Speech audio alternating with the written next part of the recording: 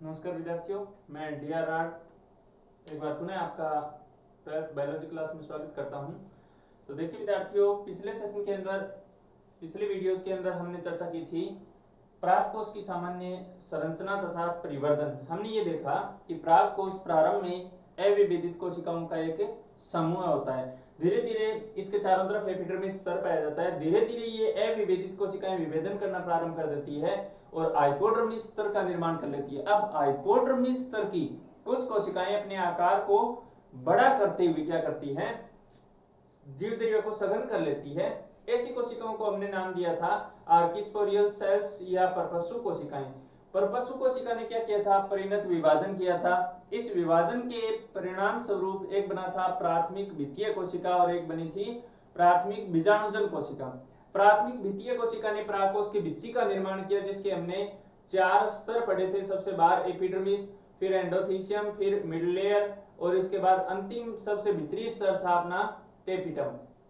दूसरी जो कोशिकाएं बचती है बीजाणुजन कोशिकाएं, वो बीजाणुजन कोशिकाएं क्या करती है, लघु बीजाणुओं का निर्माण करती है, जिनको हम परागकण के नाम से जानते हैं। तो अपना टॉपिक है लघु बीजाणु जनन, या इसे हम कहते हैं माइक्रोस्पोरोजेनेसिस। लघु बीजाणु जनन या माइक्रोस्पोरोजेनेसिस।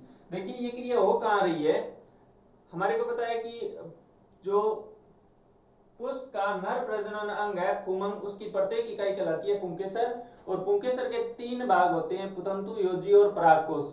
जो शीर्ष का भाग है परागकोश, उसके अंदर 4 द्विपालित परागकोश होता है, सामान्यतः मालवेसी कुल को छोड़कर। उसमें 4 लघु बीजाणु दानियां पाई जाती है और इन लघु बीजाणु दानियों में लघु बीजाणुओं के बनने की क्रिया को क्या कहते हैं, लघु बीजाणु जनन के नाम से जानते हैं। तो चलिए डेफिनेशन क्या देते हैं अपनी इसकी। प्राथमिक बीजाणुजन कोशिका लघु बीजाणु मातृजनन कोशिका का निर्माण करती है। प्राथमिक बीजाणुजन कोशिका, देखिए ये प्राथमिक बीजाणुजन कोशिका किससे बनी हुई है, ये परपस्सु सेल से बनी हुई है। तो ये क्या बनाती है, प्राथमिक बीजाणुजन कोशिका लघु बीजाणु मातृजनन कोशिका बनाती है। और ये मियोसिस सेल डिवीजन के द्वारा, अपने को पता है कि अर्धसूत्री विभाजन के द्वारा एक कोशिका से 4 कोशिकाओं का निर्माण होता है। तो ये मियोसिस सेल डिवीजन द्वारा 4 लघु बीजाणुओं का निर्माण कर लेती है। अब देखिए यहां ये चारों लघु बीजाणु आपस में जुड़े हुए रहते हैं और जो इनको जोड़ने वाला पदार्थ होता है उस पदार्थ को कहा जाता है कैलोज।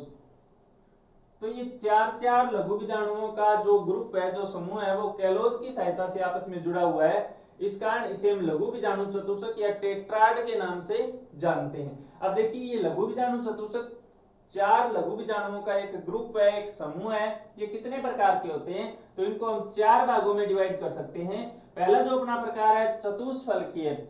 चतुष्फलकीय या जो टेट्राहेड्रल स्ट्रक्चर है, इसमें आपको सामने जैसा दिखाई दे रहा है, इसमें 3 लघु बीजाणु अपने को दिखाई देते हैं, जबकि चौथा लघु बीजाणु इनके पीछे की तरफ होता है, वो अपने को दिखाई नहीं देता।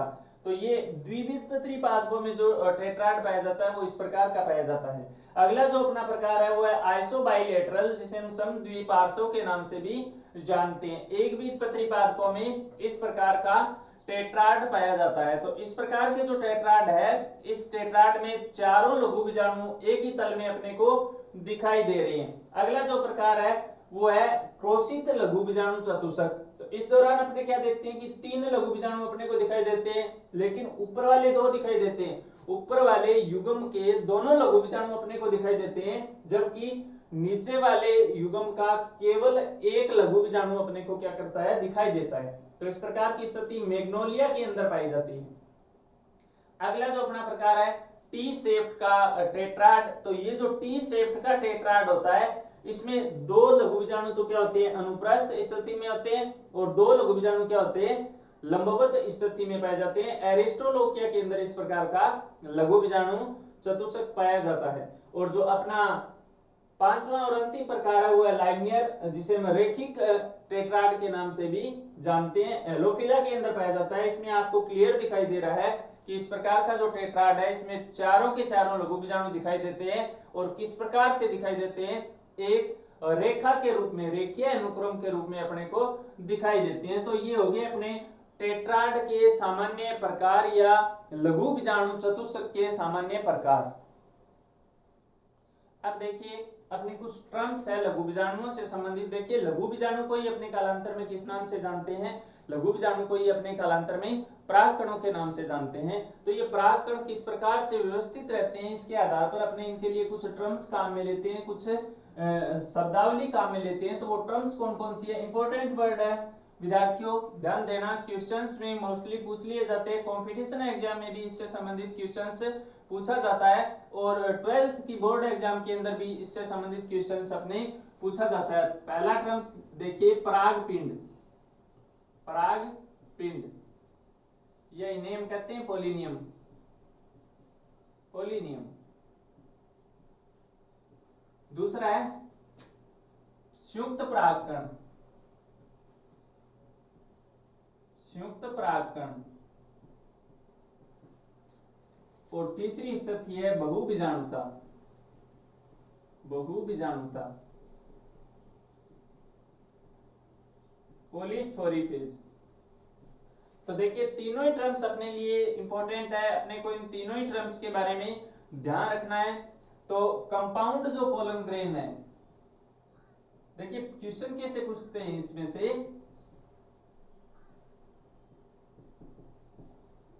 परागपिंड या पोलिनियम किसमें पाया जाता है या क्या है। तो देखिए आंख जो सामान्य पादप है जिसे हम कैलोट्रोफिस के नाम से जानते हैं, उसमें इस प्रकार की स्ट्रक्चर पाई जाती है, अर्थात आंख के अंदर कई सारे परागकण आपस में मिलकर इस प्रकार से ग्रुप के अंदर, समूह के अंदर थैलेनुमा संरचना के रूप में पाए जाते हैं। और इस प्रकार की जो स्ट्रक्चर है, जिसमें ये जो आपको पाउच सा दिखाई दे रहा है, इसमें क्या है, बहुत सारे परागकण भरे हुए हैं, इसे हम क्या कहते हैं, पोलिनियम के नाम से जानते हैं। तो ये किसमें पाया जाता है, आंख के अंदर पाया जाता है। परिभाषा क्या देंगे, कई सारे परागकण जब परस्पर मिलकर एक पिंड रूपी संरचना का निर्माण करते हैं तो इसे हम क्या कहते हैं, परागपिंड के नाम से जानते हैं। तो इसकी विशेषता क्या हो जाएगी, कई परागकण इसमें उपस्थित हैं। क्या उपस्थित है, कई सारे परागकण इसमें उपस्थित है। दूसरा संयुक्त परागकण, देखिए इसमें क्या है, अनेक टेट्राड, अनेक टेट्राड, टेट्राड क्या होते हैं, लघु बीजाणु चतुष्क, लघु बीजाणु चतुष्क। जब अनेक टेट्राड एक साथ एक समूह के रूप में पाए जाते हैं तो इसे हम कंपाउंड पोलन ग्रेन के नाम से जानते हैं या फिर संयुक्त परागकण के नाम से जानते हैं। तो देखिए दोनों में अंतर क्या हो जाएगा, इसमें तो कई सारे परागकण हैं और इसमें क्या है, अनेक लघु बीजाणु चतुष्क के रूप में ये संरचनाएं पाई जाती है। ड्रोसेरा और टाइफा की ये मुख्य विशेषता है। एग्जाम्पल आपको अच्छी तरह से याद रखना है, ड्रोसेरा और टाइफा, ठीक है, इन पादपों के अंदर यह स्थिति पाई जाती है। तीसरी जो अपनी स्थिति है वो है पॉलीस्पोरी अवस्था या बहुबीजाणुता। देखिए एक टेट्राड के अंदर, एक लघु बीजाणु चतुष्क के अंदर कितने लघु बीजाणु उपस्थित है, 4। तो एक टेट्राड के अंदर सामान्यतः कितने लघु बीजाणु पाए जाते हैं, 4। यदि एक टेट्राड में, यदि एक लघु बीजाणु चतुष्क में 4 से अधिक, लघु बीजाणु चतुष्क में 4 से अधिक परागकण या लघु बीजाणु उपस्थित हो, परागकण उपस्थित हो, तो इस स्थिति को अपने क्या नाम देते हैं, पॉलीस्पोरी अवस्था के नाम से जानते हैं। तीनों टर्म्स दोबारा से ध्यान दीजिए, कई सारे परागकण आपस में मिलकर एक पिंड रूपी संरचना का निर्माण कर लेते हैं, इसे हम क्या नाम देते हैं, पोलिनियम या परागपिंड के नाम से जानते हैं। जब कई सारे टेट्राड आपस में मिल जाते हैं, लघु बीजाणु चतुष्क आपस में मिल जाते हैं, इस संरचना को अपने संयुक्त परागकण कहते हैं। और जब एक टेट्राड के अंदर 4 से अधिक परागकण उपस्थित हो तो इस स्ट्रक्चर को अपने बहुबीजाणुता के नाम से जानते हैं। तो ये कुछ टर्म्स थी जिनसे संबंधित अपने क्वेश्चंस पूछे जाते हैं। अगला जो अपना टॉपिक है वो है परागकोश स्फुटन।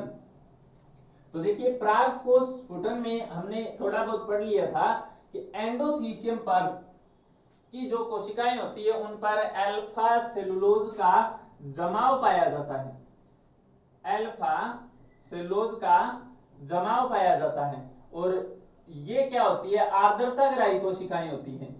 तो ये जो आर्द्रता ग्राही कोशिकाएं होती है, जब परिपक्व होती है तो जल इनसे बाहर निकलता है, और जैसे ही जल बाहर निकलता है इसकी कोशिकाओं के अंदर तनाव या खिंचाव उत्पन्न होता है, और इस तनाव या खिंचाव के कारण इस स्तर की एंडोथीसियम स्तर की कोशिकाओं की भित्तियां टूट जाती है, क्योंकि इसके आसपास की जो कोशिकाएं होती है, जिनको हम क्या नाम देते हैं, ओस्ट सेल के नाम से जानते हैं, इन ओस्ट कोशिकाओं पर क्या पड़ता है, प्रेशर पड़ता है, दबाव पड़ता है, और इस दाब के पड़ने के कारण उनकी भित्तियां फट जाती है और पराग कोश से पराग कण बाहर निकल जाते हैं। इसे हम क्या नाम देते हैं, पराग कोश स्फुटन के नाम से जानते हैं।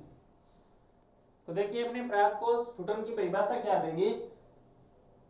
पराग कोश में पाए जाने वाले एंडोथीसियम अंतस्थीसियम स्तर की कोशिकाएं जो आर्द्रता ग्राही होती है, परिपक्व अवस्था में शुष्क हो जाती है, जिसके कारण जल बाहर निकल जाता है। जल के बाहर निकलने से इन कोशिकाओं में तनाव या खिंचाव उत्पन्न होता है, जिसके कारण इसके आसपास की ओष्ठ कोशिकाओं पर दाब पड़ता है। इस दाब के पड़ने से परागकोश की भित्ति फट जाती है और परागकण बाहर निकल जाते हैं। इस घटना को परागकोश स्फुटन के नाम से जानते हैं। अर्थात सिंपल भाषा में हम यूं कह सकते हैं कि परागकोश भित्ति का फटना क्या कहलाता है, परागकोश स्फुटन कहलाता है। ध्यान दीजिएगा क्यों आवश्यक है ये स्फुटन। देखिए परागण के दौरान ये परागकण वर्तिकाग्र तक पहुंचते हैं, जिसके कारण परागण की क्रिया संपन्न होती है। तो ये परागकोश फटेगा तभी इसके अंदर लघु बीजाणुधानी में भरे हुए परागकण बाहर निकलेंगे। तो परागकण को वर्तिकाग्र तक पहुंचने में ये परागकोश स्फुटन सहायता प्रदान करता है। देखिए ये स्फुटन भी 4 प्रकार का होता है, अनुप्रस्थ स्फुटन, लंबवत स्फुटन, छिद्रमय स्फुटन और कपाटीय स्फुटन। अनुप्रस्थ स्फुटन के दौरान क्या होता है, इस प्रकार के स्फुटन में परागकोश की पालियां परागकोश अक्ष के अनुप्रस्थ टूटती हैं। ठीक है, लंबवत में पालियां लंबवत स्फुटित होती है। फिर छिद्रमय स्फुटन के दौरान परागकोश के शीर्ष पर 1 या 2 छिद्र बन जाते हैं। इन छिद्रों में से परागकण बाहर निकलते हैं। और फिर है अपना कपाटीय स्फुटन। इस दौरान 1 या अधिक कपाटों का निर्माण हो जाता है, जिसमें से होकर परागकण बाहर निकलते हैं। अनुप्रस्थ प्रकार का स्फुटन तुलसी के अंदर पाया जाता है, लंबवत स्फुटन धतूरा और कपास के अंदर पाया जाता है, छिद्रमय स्फुटन मकोए के अंदर पाया जाता है और कपाटीय स्फुटन बारबेरी की प्रमुख विशेषता है। तो देखिए ये था अपना परागकोश का स्फुटन, जिसके लिए एंडोथीसियम या अंतस्थीसियम की कोशिकाएं उत्तरदायी होती हैं। देखिए अगला जो अपना टॉपिक है बड़ा महत्वपूर्ण टॉपिक है, और वो है अपना परागकण की संरचना। परागकण की संरचना सीधा सा ही क्वेश्चन पूछा जाता है कि परागकण की संरचना को समझाइए। Structure of pollen grain, structure of pollen grain. तो देखिए सबसे पहले तो परागकण है क्या। परागकण क्या होते हैं, पादपों के अंदर पाए जाने वाले नर युग्मक होते हैं, जो कि गोलाकार संरचना के रूप में पाए जाते हैं। क्या होते हैं, गोलाकार होते हैं। और सबसे बड़ी विशेषता ये मियोसिस सेल डिवीजन के द्वारा बनते हैं। इस कारण इन्हें हम क्या कह देंगे कि ये अगुणित संरचना होती है, गोलाकार होते हैं, एक कोशिकीय होते हैं, एक कोशिकीय होते हैं और एक केंद्रकीय होते हैं, एक केंद्रकीय होते हैं। तो ये होगी परागकणों की सामान्य विशेषता। हमने देखा कि परागकोश के अंदर 4 लघु बीजाणुधानियां जो उपस्थित होती है, उनमें परागकणों का निर्माण होता है। परागकणों के निर्माण की इस घटना को हमने नाम दिया है लघु बीजाणु जनन। तो देखिए ये जो परागकण की स्ट्रक्चर पाई जाती है, इसमें कौन कौन से प्रमुख भाग होते हैं और प्रत्येक भाग किससे मिलकर बना होता है, प्रत्येक भाग का कार्य क्या होता है, ये अपने लिए महत्वपूर्ण है। तो देखिए परागकण, जो प्रत्येक परागकण होता है, इस परागकण के चारों तरफ 2 आवरण पाए जाते हैं, 2 स्तर पाए जाते हैं, जिनको हम बाह्य चोल, सबसे बाहर की तरफ है तो बाह्य चोल कह देंगे या एक्जाइन के नाम से जानते हैं, और अंतःचोल, अंतःचोल के नाम से जानते हैं, इंटाइन के नाम से जानते हैं। तो सबसे बाहर की तरफ एक स्तर पाया जाता है जिसे हम क्या कहते हैं, बाह्य चोल, और इसके भीतर की तरफ जो स्तर पाया जाता है उसे हम कहते हैं अंतःचोल। परागकण की एक सामान्य स्ट्रक्चर अपने यहाँ पे चल रही है। तो देखिए परागकण के अंदर हमने ये देखा कि निर्माण किससे होता है, हमने ये देखा कि परागकणों का जो निर्माण होता है वो लघु बीजाणु मातृ कोशिका के अर्धसूत्री विभाजन के द्वारा होता है। लघु बीजाणु मातृ जनन सेल मियोसिस सेल डिवीजन के द्वारा 4 परागकण बनाती है। चारों परागकण या लघु बीजाणु एक टेट्राड के रूप में, चतुष्क के रूप में आपस में केलोज की सहायता से जुड़े रहते हैं और टेपिटम द्वारा स्रावित केलेज एंजाइम इनको क्या कर देता है, अलग कर देता है। अब इसमें एक क्या पाया जाता है, केंद्रक पाया जाता है, एक रिक्तिका पाई जाती है। तो ये होगी परागकण की सामान्य संरचना। देखिए विशेषता, देखिए परागकण एक गोलाकार अगुणित एक कोशिकीय एक केंद्रकीय संरचना है जो कि पादपों के नर युग्मक होते हैं। ठीक है, सिंपल है। अब देखिए परागकण का जो सबसे बाह्य चोल है इसका निर्माण एक विशेष घटक के द्वारा होता है जिसे हम स्पोरोपोलेनिन के नाम से जानते हैं। बड़ा महत्वपूर्ण क्वेश्चन है, अनेक कंपटीशन एग्जाम में पूछा जाता है कि क्या कारण है कि परागकणों को लंबे समय तक सुरक्षित रखा जा सकता है या इनको जीवाश्म रूप में बनाए रखा जा सकता है। ध्यान दीजिएगा, तो कई 100 वर्षों तक यदि परागकण पड़ा रहेगा तो भी इसके अंदर प्रजनन क्षमता बनी रहती है। इसके लिए ये स्पोरोपोलेनिन स्तर उत्तरदायी होता है। तो देखिए हमने ये देखा कि प्रोयूबिस्काय जो वसीय गोलाकार संरचनाएं पाई जाती है टेपिटम की, इन प्रोयूबिस्काय संरचनाओं पर टेपिटम द्वारा स्रावित स्पोरोपोलेनिन का जमाव होता है जिसके कारण परागकण का बाहरी आवरण बनता है जिसे हम बाह्य चोल या एग्जाइन के नाम से जानते हैं। देखिए क्या विशेषता दिखाई दे रही है इसमें आपको, ये आवरण क्या होता है, मोटा होता है, मोटा होता है, खुरदरा होता है और अलंकृत होता है, अर्थात इस पर धारियां सी रेखाएं सी पाई जाती है। तो मोटा, खुरदरा और अलंकृत होता है। मुख्य विशेषता होगी स्पोरोपोलेनिन से बना होता है और ये स्पोरोपोलेनिन एक ऐसा पदार्थ है जिसका आसानी से भौतिक तथा जैविक अपघटन नहीं हो पाता। अब जैविक या भौतिक अपघटन नहीं हो पाता जिसके कारण परागकण क्या होते हैं, सुरक्षित रहते हैं, इनकी जीवन क्षमता लंबे समय तक बनी रहती है। यहीं से क्वेश्चन पुट किया जाता है कि परागकणों को लंबे समय तक सुरक्षित या जीवाश्मीय रूप में बनाए रखने के लिए कौन सा घटक उत्तरदायी होता है, स्पोरोपोलेनिन उत्तरदायी होता है और ये कैरोटीनोइड का ऑक्सीकारी बहुलक होता है। ध्यान देना, ये कैरोटीनोइड वर्णक का ऑक्सीकारी बहुलक होता है, ऑक्सीकारी बहुलक होता है। तो ये हो गया सबसे बाहरी आवरण बाह्य चोल। बात करें अपने अंतःचोल की तो ये पेक्टोसेलुलोज से बना होता है, पेक्टोसेलुलोज से मिलकर बना होता है, अर्थात पैक्टिन और सेलुलोज दो घटक इसके अंदर पाए जाते हैं। पैक्टिन और सेलुलोज दो घटक पाए जाते हैं। पतला सा आवरण होता है, महीन स्तर होता है जो कि जीवद्रव्य को चारों तरफ से घिरे रहता है, जीवद्रव्य को चारों तरफ से घिरे रहता है। इसके अलावा जो परागकण है इसमें एक केंद्रक उपस्थित रहता है और एक सामान्य द्विबीजपत्री परागकण के अंदर, ध्यान देना, एक सामान्य द्विबीजपत्री पादपों के पुष्प में पाए जाने वाले परागकण में बाहरी स्तर अंदर की तरफ 3 स्थलों पर धसा होता है। देखिए यहां से ये आंतरिक स्तर जो है इसके साथ जुड़ा हुआ सा रहता है। स्पोरोपोलेनिन की महीनता होती है बहुत कम, यहाँ क्या है, स्पोरोपोलेनिन पाया जाता है। ये अंदर धसा हुआ भाग होता है, इसे हम क्या नाम देते हैं, जनन छिद्र के नाम से जानते हैं। अर्थात द्विबीजपत्री पादपों में 3 स्थलों पर बाह्य चोल अंदर की तरफ धसा होता है जहां स्पोरोपोलेनिन का जमाव कम पाया जाता है। इन 3 स्थलों को अपने कहते हैं जनन छिद्र, रिप्रोडक्टिव पोर के नाम से जानते हैं। अब देखिए इनके कार्य क्या होता है, और ध्यान देना, एक बीजपत्री पादपों में एक परागकण पर इस प्रकार का केवल एक स्थल पाया जाता है, अर्थात द्विबीजपत्री पादपों के परागकणों पर 3 जनन छिद्र होते हैं जबकि एक बीजपत्री पादपों के परागकणों पर केवल एक जनन छिद्र पाया जाता है। और इनका कार्य क्या होता है वो भी देख लीजिए। जब ये परागकण किसी भी प्रकार से वर्तिकाग्र पर जाकर गिरते हैं तो वर्तिकाग्र पुष्प का मादा प्रजनन तंत्र का भाग है।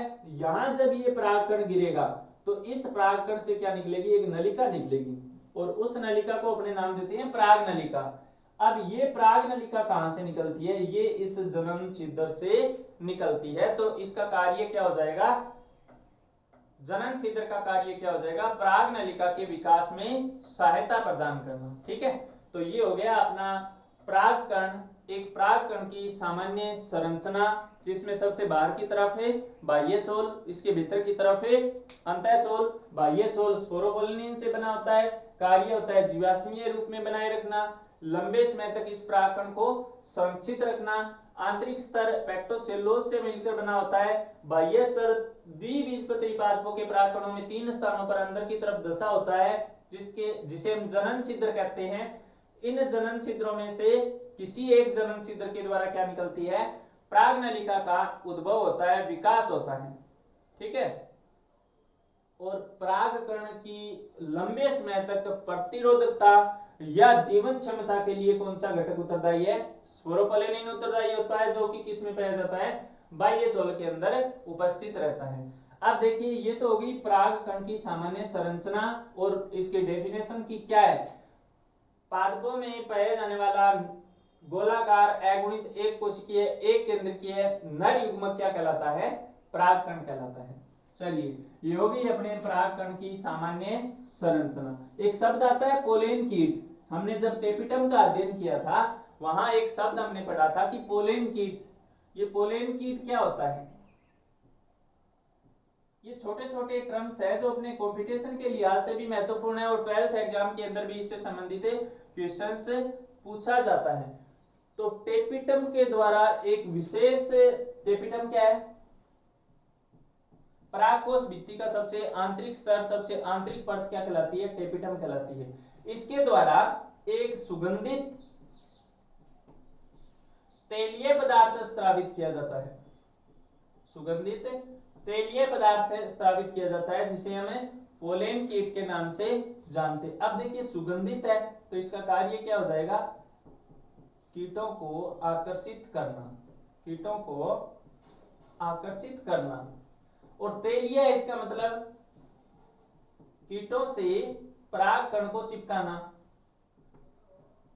कीटों से परागकण को चिपकाना, जिसके कारण क्या होता है, कीट जैसे ही फूलों पर पुष्पों पर आकर बैठते हैं तो परागकोश से निकलने वाले परागकण ये इस पोलेन कीट के कारण चिपचिपे हो जाते हैं, जिसके कारण इन कीटों के पैरों से और पंखों से ये परागकण चिपक जाते हैं और वर्तिकाग्र तक आसानी से इनका स्थानांतरण हो सकता है, अर्थात ये परागण की क्रिया में सहायता प्रदान करते हैं। साथ ही साथ देखिए, ये जो पोलेन कीट होता है ये परागकणों को अल्ट्रावायलेट रे, यूवी जो रे होती है, हानिकारक विकिरण होती है सूर्य से आने वाली, इन पराबैंगनी विकिरणों से भी बचाता है, पराबैंगनी विकिरणों से सुरक्षा प्रदान करना। तो क्वेश्चन यहां से पूछा जाता है कि पोलेन कीट के कार्य बताइए, पोलेन कीट की उपयोगिता बताइए। तो क्या कार्य हो जाएंगे, कीटों को आकर्षित करना, कीटों को पराबैंगनी, कीटों को आकर्षित करना, कीटों से परागकणों को चिपकाना और परागकणों को पराबैंगनी किरणों से सुरक्षा प्रदान करना।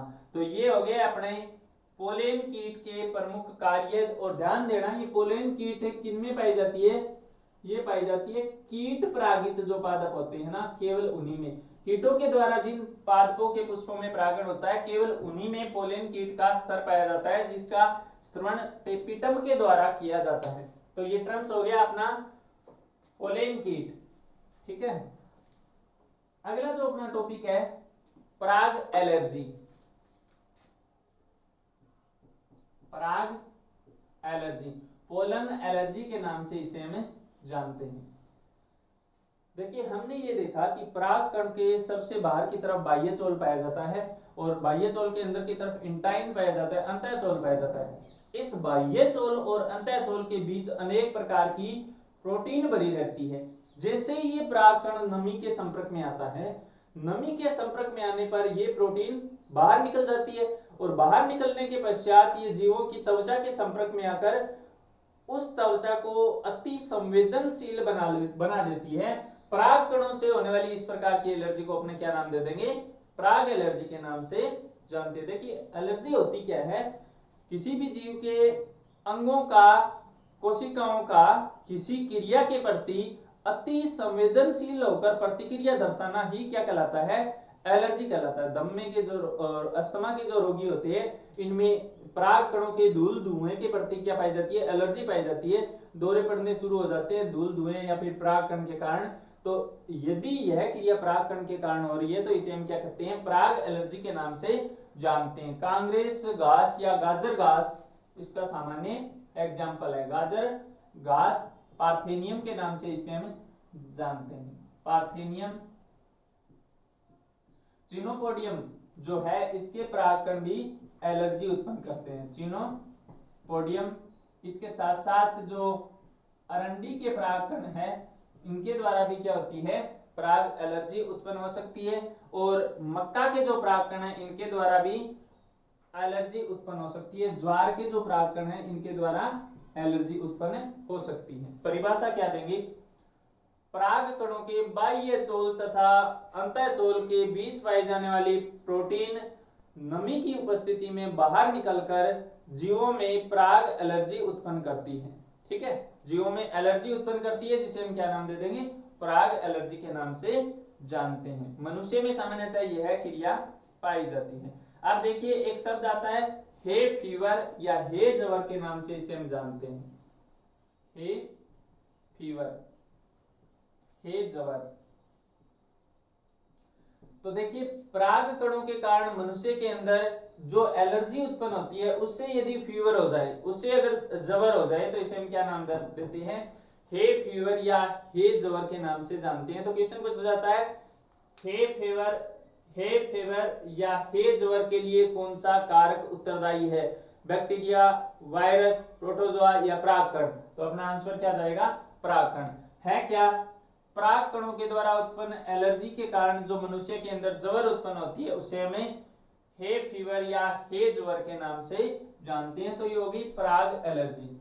होता किस कारण है, पराग कणों में बाह्य चोल और अंतःचोल के बीच भरी हुई प्रोटीनों के कारण। अगला है अपना पोलन प्रोडक्ट, पोलन प्रोडक्ट जिन्हें हम पराग उत्पाद के नाम से जानते हैं, पराग उत्पाद के नाम से जानते हैं। तो सिंपल सा है, पराग कणों में हमने ये अभी आपको बताया कि पराग कणों के अंदर क्या पाई जाती है, प्रोटीन पाई जाती है। और ये प्रोटीन क्या प्रदान करती है, अपने को ऊर्जा प्रदान करती है। तो इस प्रोटीन का उपयोग करने के लिए पराग कणों के द्वारा अपने अनेक प्रकार की औषधियां, टेबलेट वगैरह बनाते हैं। अब वो जो पराग कणों के द्वारा जो उत्पाद तैयार किए जाते हैं उसे हम पराग उत्पाद के नाम से जानते हैं। और एक शब्द मैंने लिया था कि पराग कणों पर पोलन कीट पाया जाता है जो कि पराबैंगनी विकिरणों से सुरक्षा प्रदान करता है। तो सौंदर्य प्रसाधक जो क्रीम होती है, चेहरे को कोमल बनाने के लिए, चेहरे को पराबैंगनी विकिरणों से बचाने के लिए जो कॉस्मेटिक सामग्री होती है, जो सौंदर्य प्रसाधक क्रीम वगैरह जो होती है, उसमें भी पराग कणों का उपयोग किया जाता है। तो देखिए पराग कण होते क्या है, पराग कण के अंदर असंतृप्त वसा पाई जाती है। क्या पाई जाती है, असंतृप्त वसा। असंतृप्त वसा और प्रोटीन के कारण इनका उपयोग अपने ऊर्जा प्राप्त करने के लिए किया जाता है। अतः जो घुड़ दौड़ में भाग लेने वाले घोड़े होते हैं, घोड़ों की दौड़ होती है, उसमें भाग लेने वाले जो घोड़े होते हैं इनको और एथलीटों को, धावक जो होते हैं, देखिए घुड़दौड़ में भाग लेने वाले घोड़ों को और एथलीटों को जो दौड़ में भाग लेते हैं अत्यधिक ऊर्जा की आवश्यकता होती है, एनर्जी की आवश्यकता होती है। तो इन घुड़दौड़ में भाग लेने वाले घोड़ों को और एथलीटों को पोषक पदार्थ के रूप में क्या दिए जाते हैं, पराग उत्पाद प्रदान किए जाते हैं, पराग उत्पाद दिए जाते हैं। साथ ही साथ क्रीम जो होती है उसमें और कॉस्मेटिक सामग्री में, कॉस्मेटिक सामग्री में जो सौंदर्य प्रसाधक सामग्री होती है इसमें भी अपने क्या उपयोग करते हैं, पराग उत्पादों का उपयोग करते हैं। क्योंकि इस कॉस्मेटिक सामग्री में पाया जाने वाला ये जो पराग उत्पाद होता है ये मनुष्य की त्वचा को किससे बचाता है, ये मनुष्य की त्वचा को पराबैंगनी विकिरणों से बचाता है। तो ये हो गई अपने पराग कणों से संबंधित सामान्य जानकारियां, पराग कणों से संबंधित सामान्य टर्म्स, परिभाषाएं अपने को अच्छी तरह से याद रखनी है। पराग एलर्जी हो गई, पराग उत्पाद हो गए, पराग पिंड हो गया, अपना संयुक्त परागकण की क्रिया हो गई। तो ये हो गए पराग कणों के द्वारा होने वाली प्रमुख घटनाएं या क्रियाएं। देखिए इसके बाद अपना जो चैप्टर का नाम है वो है male and female gametophyte structure and development. तो यहाँ हमने मेल गेमेट का अब तक अध्ययन कर लिया। मेल गेमेट होता है पादपों के अंदर परागकण। तो अब अपना अगला जो टॉपिक रहेगा वो कौन सा रहेगा, मेल गेमेटोफाइट अर्थात नर युग्मकोद्भिद। नर युग्मकोद्भिद, ध्यान दीजिएगा, जो हमने नाम दिया था नर युग्मकोद्भिद या मेल गेमेटोफाइट, तो हमने जो स्ट्रक्चर बनाई थी किसकी, परागकण की। इस संरचना में हमने ये देखा कि सबसे भीतर की तरफ कौन सा स्तर उपस्थित है, सबसे भीतर की तरफ अंतःचोल उपस्थित है, और इसके बाहर की तरफ क्या उपस्थित है, बाह्यचोल। अब मैंने आपको बताया कि ये जो बाह्यचोल होता है ये कुछ स्थानों पर अंदर की तरफ धसा हुआ होता है, अर्थात इस पर जो स्पोरोपोलिन उपस्थित है वो द्विबीजपत्री पादपों में 3 स्थलों पर नहीं पाया जाता, या हम यूं कहें कि बहुत कम मात्रा होती है। ऐसे स्थलों को अपने नाम दिया था जनन छिद्र। अब इस जनन छिद्र के द्वारा एक नलिका का विकास होता है और उस नलिका को अपने नाम क्या देते हैं, पराग नलिका के नाम से जानते हैं। क्या कहते हैं, पराग नलिका,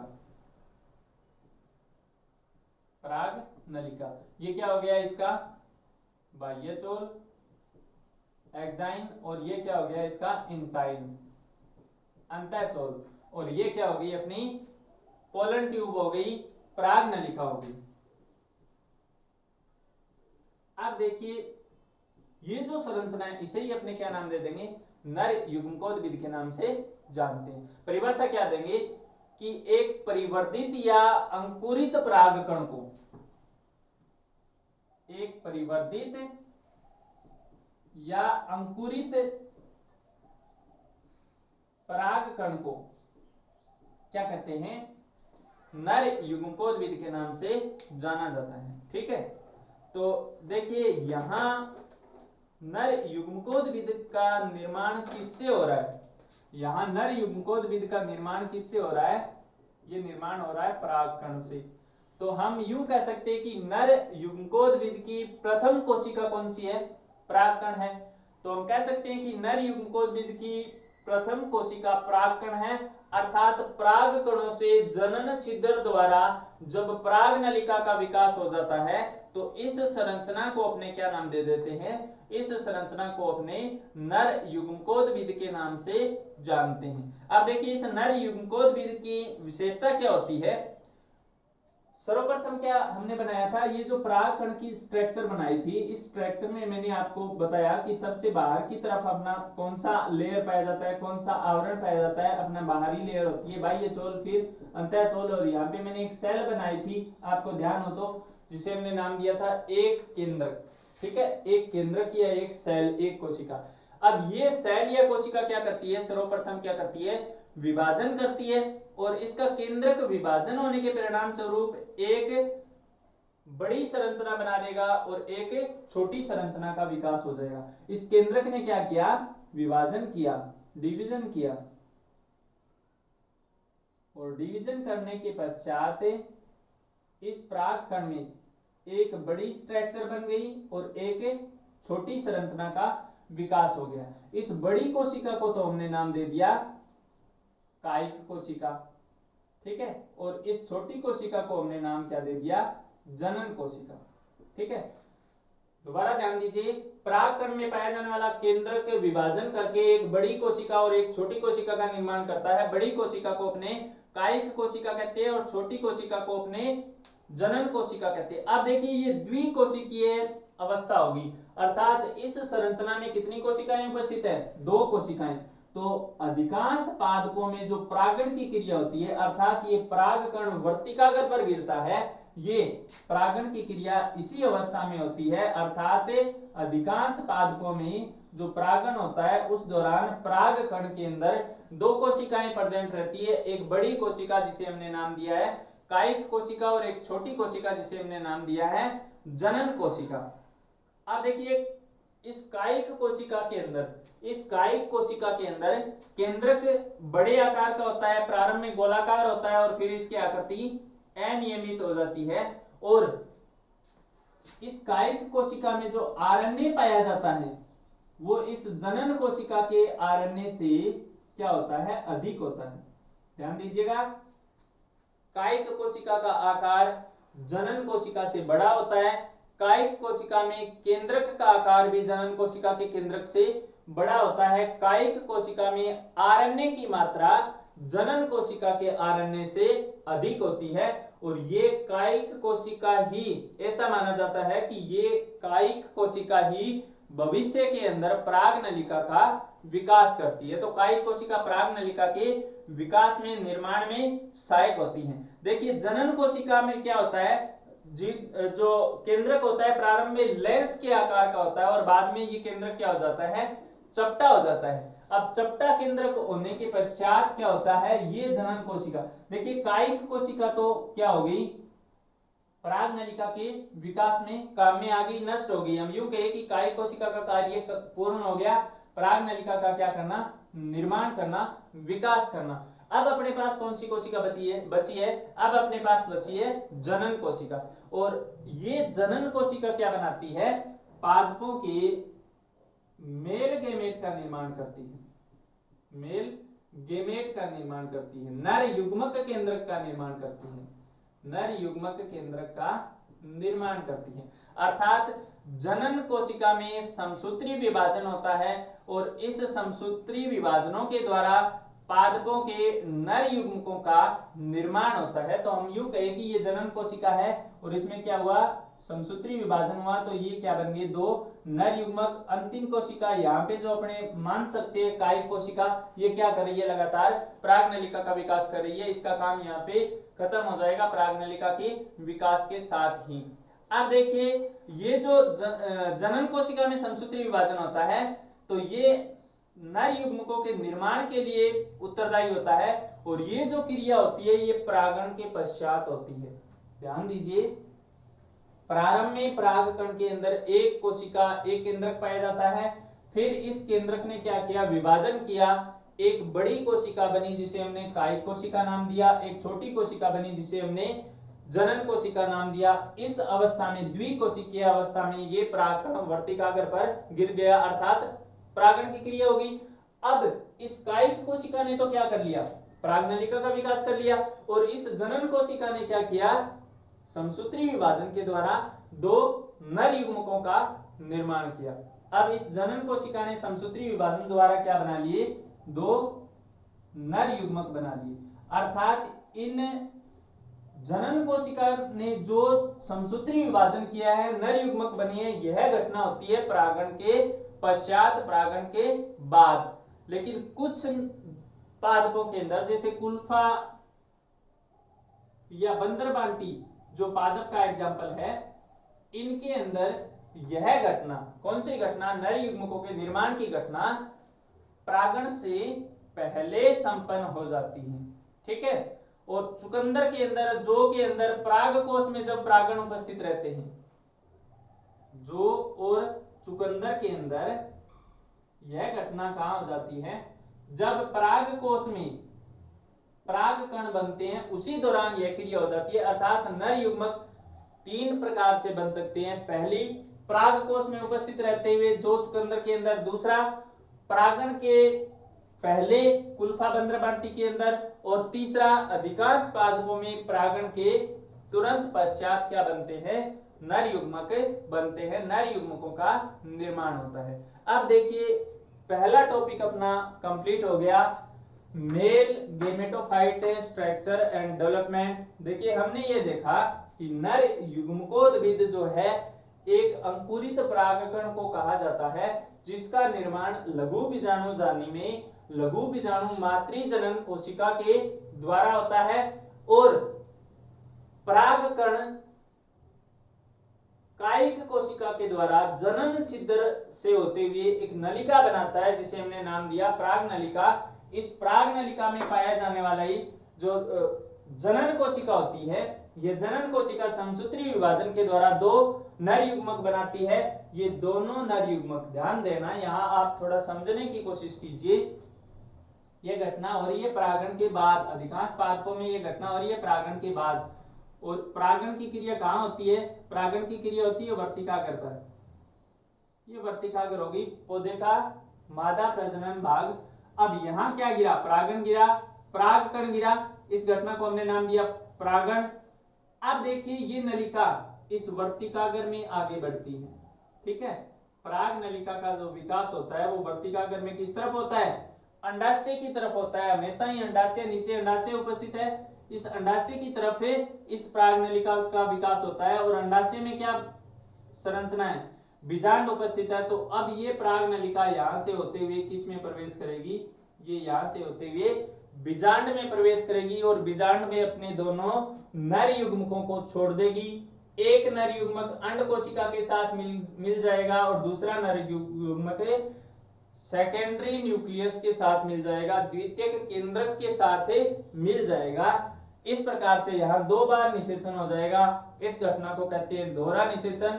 और यहाँ द्वितीय केंद्रक के साथ मिलने वाला नर युग्मक, द्वितीय केंद्रक में 2n संरचना पहले से है और इस नर युग्मक केंद्र n संरचना है, तो ये 3n संरचना बन गई जिसे हमने नाम दिया भ्रूणपोष। और इस घटना को कहते हैं त्रिशल्यन। तो द्विनिषेचन और त्रिशल्यन एंजियोस्पर्म पादपों की प्रमुख विशेषता है जो कि अपने बाद में पढ़ेंगे। आज यहाँ तक अपना नर युग्मकोद्भिद संरचना तथा विकास टॉपिक कंप्लीट हो गया। अगला जो अपना टॉपिक है वो है फीमेल गेमेटोफाइट, मादा युग्मकोद्भिद का संरचना और विकास से किस प्रकार से होता है। तो देखिए ये अपना यहाँ तक का टॉपिक जिसके दौरान हमने परागकण से पराग नलिका का विकास करवाया है, नर युग्मकोद्भिद का निर्माण करवाया है। परागण के पश्चात जनन कोशिका ने समसूत्री विभाजन द्वारा दो नर युग्मक बनाए हैं जिनका स्थानांतरण कालांतर में बीजांड के अंदर होगा। यहाँ तक अपने टॉपिक क्लियर हो गई। तो ध्यान दीजिए यहाँ कंपटीशन एग्जाम के अंदर एक तो परागकण के बाह्य चोल से अंतःचोल से रिलेटेड क्वेश्चन पूछे जाते हैं, फिर परागपिंड से संबंधित पूछे जाते हैं, फिर अपने से पूछते हैं संयुक्त परागण के बारे में, ठीक है। पराग एलर्जी के बारे में पूछा जाता है और पराग जो प्रोडक्ट होते हैं, पराग उत्पाद होते हैं, उनसे संबंधित क्वेश्चन पूछे जाते हैं। लघु बीजाणुजनन की डेफिनेशन सामान्यतः पूछी जाती है। आज के लिए इतना ही, धन्यवाद, जय हिंद।